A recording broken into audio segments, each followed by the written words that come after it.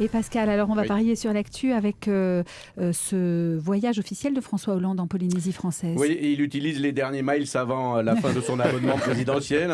Et bien sûr, chaque fois que Hollande est en déplacement, il pleut. Tahiti n'a pas dérogé à la règle. Il a plu, beaucoup, à tel point que son surnom c'est Tahiti Douche. Il a eu droit à son collier de fleurs. Alors on offre des fleurs soit pour souhaiter la bienvenue, soit pour célébrer l'amour, soit pour un enterrement. Là, comme il a enterré la gauche et le droit du travail, elles vont servir à ça. Ensuite, il est allé à Wallis et Futuna. Là-bas, la dernière fois qu'ils ont vu un président, c'était en 1979 et c'était Valéry Giscard d'Estaing. Ils n'ont vu ni Mitterrand, ni Chirac, ni Sarkozy. C'est peut-être pour ça que là-bas, ils croient encore à la politique. Le deuxième président qu'il voit, c'est donc Hollande. Incroyable, en plus de 30 ans, ils n'auront vu que 2 présidents de droite.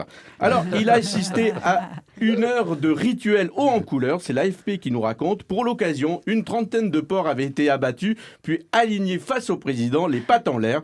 Oui, sur le dos et les pattes en l'air, une image qui aurait parlé à DSK.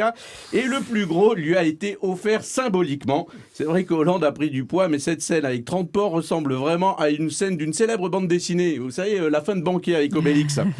François Hollande n'est pas venu les mains vides. Il a de bonnes nouvelles, comme par exemple l'installation d'un distributeur automatique de billets de banque. Oui. C'est quand même à peine croyable, mais il n'y a jamais eu de distributeur de billets à Wallis et Futuna.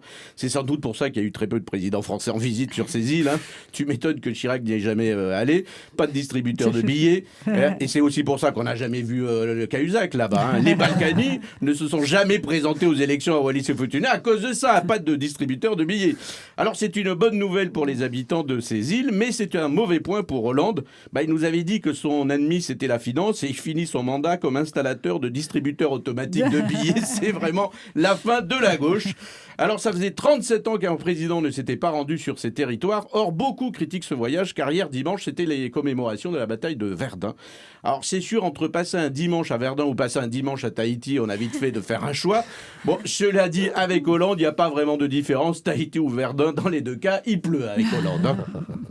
Les agriculteurs ont parié qu'ils allaient déranger Stéphane Le Foll chez lui et bien le pari est gagné. Oui, Stéphane Le Foll était chez lui dans la Sarthe lorsque hier soir il a vu débarquer une trentaine d'agriculteurs en colère.